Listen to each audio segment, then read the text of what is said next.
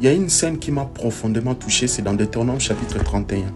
Imaginez un homme qui a consacré 40 ans de sa vie à servir Dieu, 40 ans à supporter les critiques, 40 ans à conduire un peuple difficile, 40 ans à prier, à intercéder, à enseigner. Cet homme, c'est Moïse. Si quelqu'un pouvait penser qu'il était vraiment indispensable, c'était bien lui. Et pourtant, Dieu lui dit, ton temps est arrivé maintenant, c'est Josué qui conduira le peuple. J'aimerais vous poser une question. Comment aurions-nous réagi à la place de Moïse? Peut-être nous aurions dit, Seigneur, sans moi, ils n'y arriveront pas. Ils ont encore besoin de moi. Personne ne peut faire ce que moi je fais. Mais Moïse ne dit rien de tout cela. Il accepte que Dieu écrive un nouveau chapitre. Pourquoi? Parce qu'il avait compris une vérité que beaucoup de personnes n'ont pas encore compris. L'œuvre appartient à Dieu, pas aux hommes.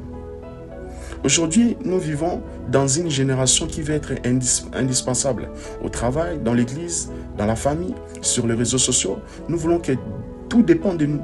Nous voulons être ce qu'on appelle en premier, ce qu'on ne peut pas remplacer. Mais lorsque notre identité dépend de notre importance, nous devenons prisonniers. Nous avons peur d'être oubliés, nous avons peur d'être remplacés, nous avons peur que quelqu'un fasse mieux que nous. Et cette peur produit parfois la jalousie, la comparaison, la compétition. Pourtant, Dieu ne nous appelle pas à être indispensables, il nous appelle à être fidèles. Regardez Moïse, il ne termine même pas le projet qu'il avait commencé.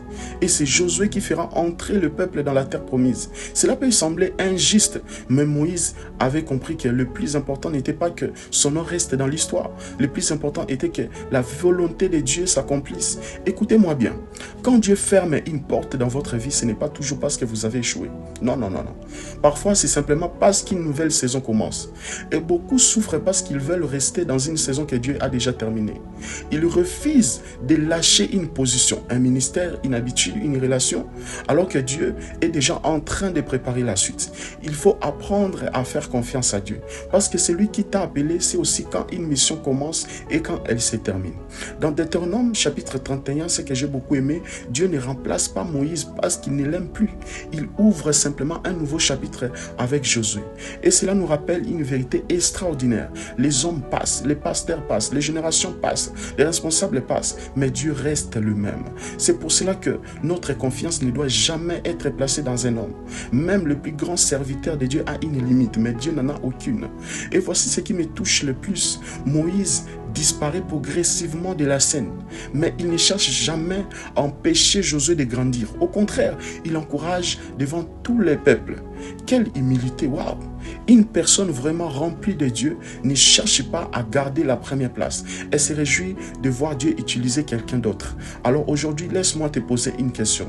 Une dernière question. Si demain Dieu décidait de continuer son œuvre sans toi, serais-tu en paix ou serais-tu blessé parce que ton cœur cherchait davantage la reconnaissance que la volonté de Dieu? Ne cherche pas à devenir indispensable, cherche à être fidèle, car un serviteur fidèle peut quitter la scène avec paix. Il sait que l'œuvre n'était pas la sienne, elle appartenait à Dieu depuis le commencement. Que le Seigneur Jésus-Christ vous bénisse et vous garde et vous apprenne à vivre dans l'humilité. À bientôt.